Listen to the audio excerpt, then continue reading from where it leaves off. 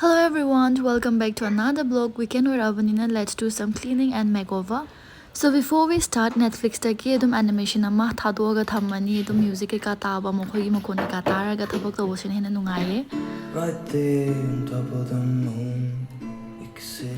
Kuirai table da phamaga adum paba khotpa tawba even I desk work kumba tawbu su pakna tawdriba koi table da. So my table is all mess as of now. You can see ado hoi hojik sengsan ba khochan ba khar tai thok tashin khar tawrni and from next week I nungdang so desk da phamba ngambra khotpa yenge. Momento gumba tai phangba du dai makha da loi thamgriba ko aduga ai gi time dot ki momento sri nungsiman bagi ai gi desk table adum thambane.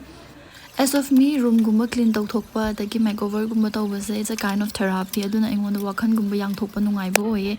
Aina pikli kanda gi ai apamba poche cute oiba da miniature gumba se am pame ado crystal balls se am pame shigi collection sai phasana thamge na khalle adubu mama ba hoi dai lebi o hai de hojik de khara ngamabni na ai khatang or su khara sum leiza bane bako sometimes me na ingonda hai nang do age ka chana ba tawdi kaina ga but Thaina ngai pi kan mama ba hoi da gri ta aga I lay yo have me do I'm not that kind of person adun hojik ngam kan da leiza bane so I feel satisfied. There's not much to do when all I can is thinking about you not doing well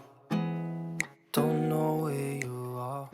uba kan da mi na di am nungai na leye ke na leye khole ka di khalam gani hoi lay mama mapa na macha khuding mak pukai do bai nungsi roi doino phana yam laira su phana yam ina khula su macha nu shipati chap manaram gani ai gi chana khwai dagi hena nusi na thamme habado adudi yaroi dana ado hoi ai gi su mai pa na yam luna tobiye but after class 12 ai ga ina nu piga se we started earning aduga ai khoi ishana ngam na hotna jare ba ko mama ba hoi dagi yari ga ai khoi lawdana ba hotna re aduna su ai khoi se adum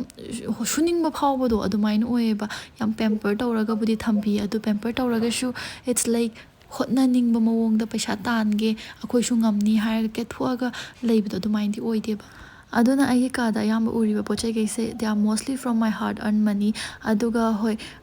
du mamang comment khara yawe ko nang hajo kai dori ge thabak phangri ba khotri bana hoi thabak phangba khara yawe which I low khidaba ado low dribagi maram ge ka du su reason du su when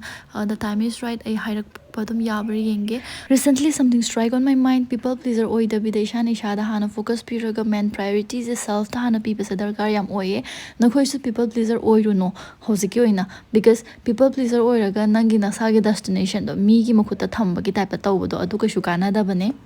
Okay, back to the cleaning. I table clean table loire aduga phamung kai ka so semjen ba khochan ba loire wali sa somi corner se si khak ngai ba ko aduna ai gi dressing table ge ka ja phasana semdoke. It's been way too long. If I could lay down beside you, I would.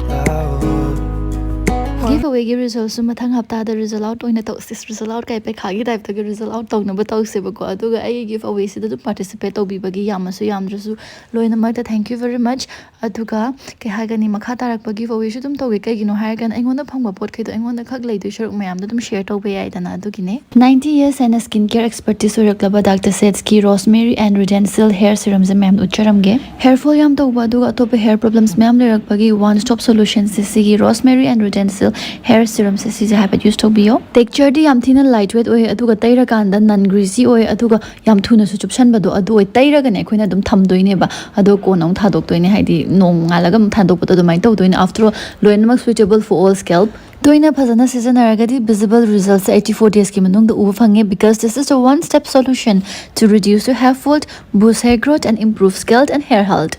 Yamtina ganare maram di mongo 20% hair growth actives yawe rosemary redensil anagan peptides aloe vera niacinamide na chingba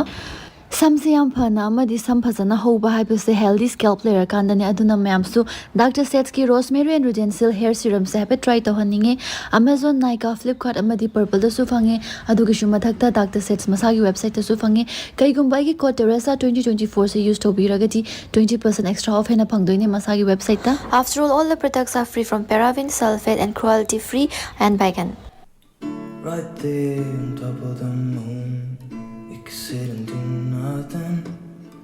I wish we were bold to just fly away. I don't wanna care. Just be here and I'm good alone.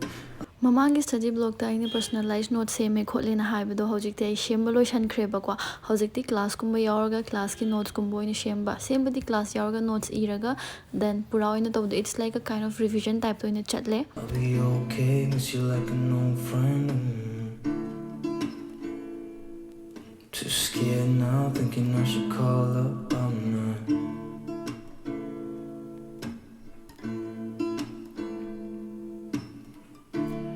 I think it's hard how we always wait another day. How we watch things that kids walk away.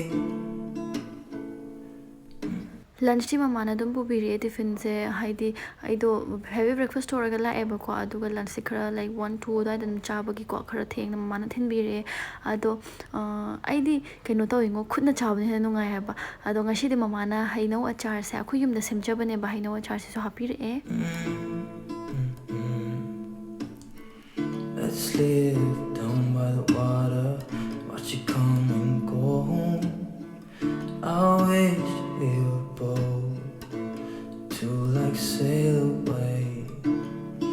I just don't wanna care. Can you be here and I'm good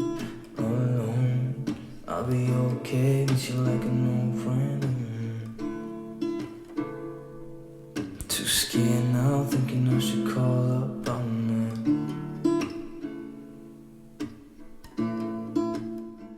ꯑꯗꯨꯒ ꯑꯩꯅ ꯁꯤꯒꯤ ꯚꯤꯗꯤꯑꯣꯁꯤꯗ ꯌꯦꯡꯕ ꯀꯥꯟꯗ ꯃꯃꯥꯡꯗꯗꯤ note ꯁꯦꯝꯕꯒꯤ ꯈꯨꯠꯀꯤ ꯃꯨꯚꯃꯦꯟꯁꯦ ꯌꯥꯝ ꯇꯧꯗ꯭ꯔꯥ ꯑꯗꯣ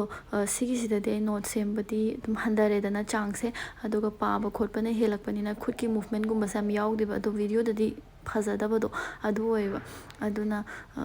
ꯈꯪꯗꯦ ꯈꯤꯇꯪ ꯚꯤꯗꯤꯑꯣꯁꯦ ꯂꯥꯏꯐꯂꯤ ꯑꯣꯏꯕꯗꯤ ꯈꯔ ꯋꯥꯠꯂꯦ ꯑꯩꯒꯤ ꯁꯤꯒꯤꯁꯦ ꯑꯗꯣ ꯕꯠ ꯁ꯭ꯇꯤꯜ ꯑꯩꯒꯤ ꯁ꯭ꯇꯗꯤ ꯕ꯭ꯂꯣꯛꯅꯤꯅ ꯑꯗꯨꯝ ꯁ꯭ꯇꯗꯤ ꯕ꯭ꯂꯣꯛ ꯇꯧꯔꯦ ꯍꯥꯏꯗꯤ ꯑꯗꯨꯝ ꯏꯔꯒ ꯑꯗꯨꯝ ꯂꯩꯕ ꯌꯥꯄꯣꯟꯇꯦꯗꯅ ꯑꯩꯒꯤ ꯄꯥꯕꯒꯤ ꯈꯣꯠꯄꯗꯣ ꯑꯣꯏꯅ ꯀꯦꯞꯆꯔ ꯇꯧꯕꯅꯤꯅ ꯄꯥꯕꯒꯤꯁꯦ ꯑꯗꯨꯝ ꯇꯧꯔꯦ. ꯇꯦꯛ ꯃꯤ ꯑꯦꯁ ꯑ ꯕꯤగ్ ꯁꯤꯁꯇꯔ ꯑꯗꯨꯒ ꯑꯩꯈꯣꯏ ꯃꯌꯥꯝꯁꯦ ꯂꯣꯏꯅꯃꯛ ꯀꯩꯀꯩꯅꯣ ꯑꯋꯥ ꯅꯨꯡꯉꯥꯏ ꯂꯣꯏꯅꯃꯛ ꯁꯦꯌꯔ ꯇꯧꯅꯁꯦ. ꯍꯣꯏ ꯑꯗꯨꯒꯅꯦ ꯅꯣꯡ ꯐꯥꯗꯣꯛꯁꯨ ꯀꯩ ꯍꯥꯏꯒꯅꯤ ꯁ꯭ꯇꯗꯤ ꯃꯦꯇꯔꯤꯌꯦꯜꯁꯀꯨꯝꯕ ꯁ꯭ꯇꯦꯁꯅꯔꯤ ꯑꯥꯏꯇꯦꯝꯁꯀꯨꯝꯕꯁꯦ ꯒꯤꯐ ꯑꯋꯦ ꯇꯧꯊꯣꯛꯁꯤꯀꯣ ꯑꯗꯣ ꯍꯣꯏ ꯃꯔꯛꯇ ꯃꯤꯅ ꯑꯩꯉꯣꯟꯗ ꯍꯥꯏꯌꯦ ꯅꯪ ꯁ꯭ꯇꯗꯤ ꯕ꯭ꯂꯣꯛ ꯇꯧꯔꯒ ꯂꯥꯏꯔꯤꯛ ꯄꯥꯕꯗꯨꯕꯨ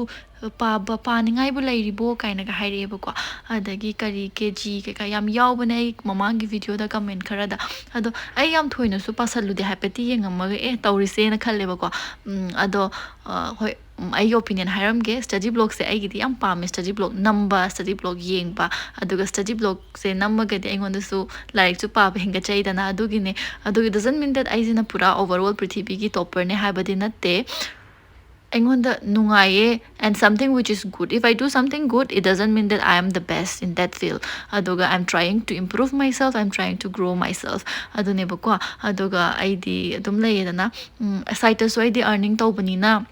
खरा वाई हाइतारे लाइक पाबसे अखोय ममा बाबा होइदगी पैम्पर तोरगा पुरा हाइदी कोचिंग की पैसागसे इमा इपानागा पिथरगा तौब मीदो अदुदि नत्तेबा अदुना आई इसाना होटनाजबनिना साइड इनकम गुम्बा तौबनिना इट्स हार्ड फॉर मी अदुना आई पेरेंट्स अंडरस्टैंड तौबीबको होजिकान दे अंडरस्टैंड तौबीबनिना I am so much happy अदुगा आई अंडरस्टैंड तौबीबा आई सराउंडिंग सु लेबनिना आई एम सो ब्लेस्ड अदुगा आफ्टर ऑल आई यूट्यूब की फैमिली ना खोइना सो अदुम सपोर्ट तौबीबा मोटिवेशन अदुम पीबीबा इमोशनल सपोर्ट गुम्बा पीबीबनिना याम थिना नुंगाई हाई तारेको अदुना नेगेटिव कमेंट कैसे आइदी याम का हेनसु थोइना खंदे अदुगा अदुम नेगेटिव कमेंट पिरकपसे मखोइने हेन अदुम टॉक्सिक मखोइदे सुसुसु हाइबदो अदुमाइन ओइना हाइसरके होय अदो आई ngasi gi वीडियो से स्वादा लोइसलगे मयाम यंगबिबैदमक्ता thank you very much bye bye love you अदुगा कैगुम्बा की चैनल से सब्सक्राइब तौद्रिबो हेरगदी सब्सक्राइब तौबिरोमो